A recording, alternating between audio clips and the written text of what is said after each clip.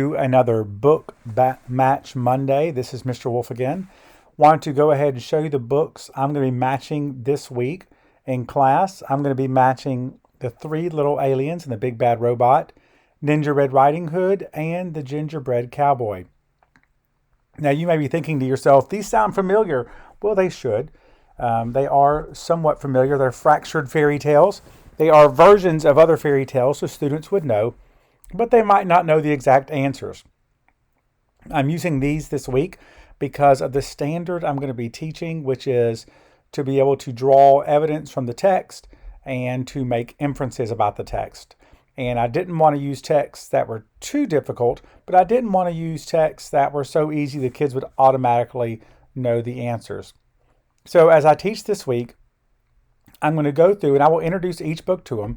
And as I introduce to them, I will show them the book cover, the title. I will tell them what the publisher has to say. And with these, I'm just kind of activating some prior knowledge and giving them a little background information so that they can really focus on what our learning target or what our prompt is going to be for each of these books.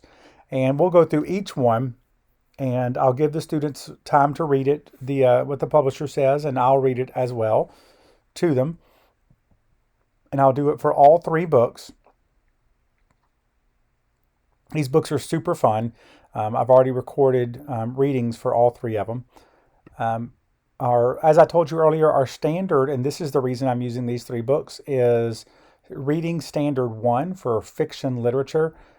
Since I teach 5th grade, I'll be using that bottom one. Quote accurately from a text when explaining what the text says explicitly and when drawing inferences from the text. We'll be doing both of those this week. So on Monday, I will introduce the book. I'll give them a prompt. How did Ninja Red Riding Hood know the character in the bed was not her grandmother? And then we will watch a video of the book. I've already made a video. I've got it posted on Mr. Wolf Reads already on YouTube. And then I will show them our graphic organizer. And the reason we're using this graphic organizer is we are using something called RACE to answer questions. We look at a prompt, we reword it or restate the question. We provide an answer in that.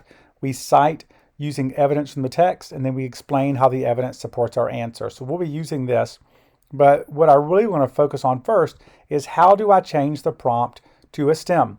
So we look at our prompt and we ask, what are the most important words and what is the verb in the prompt? With these, I've already done it.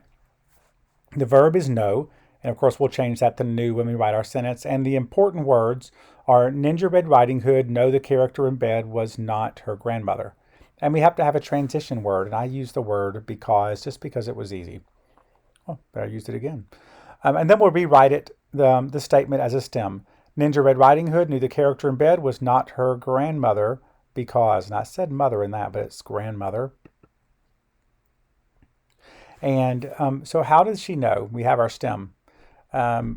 And then we will provide evidence from the text. And you see we pulled evidence straight from the text. His eyes and ears were too big. Muscles were massive. Teeth were too sharp. And then I typed out the answer. Ninja Red Riding Hood knew the character in bed was not her grandmother because the wolf didn't look the same as her grandmother. In the story, Ninja Red Riding Hood could tell that the wolf's eyes and ears were bigger than her grandma's. She also noticed that his muscles were massive compared to her grandma's muscles. Last, she saw that his teeth were very sharp. These were the reasons that Ninja Red Riding Hood knew that the character in bed was not her grandmother.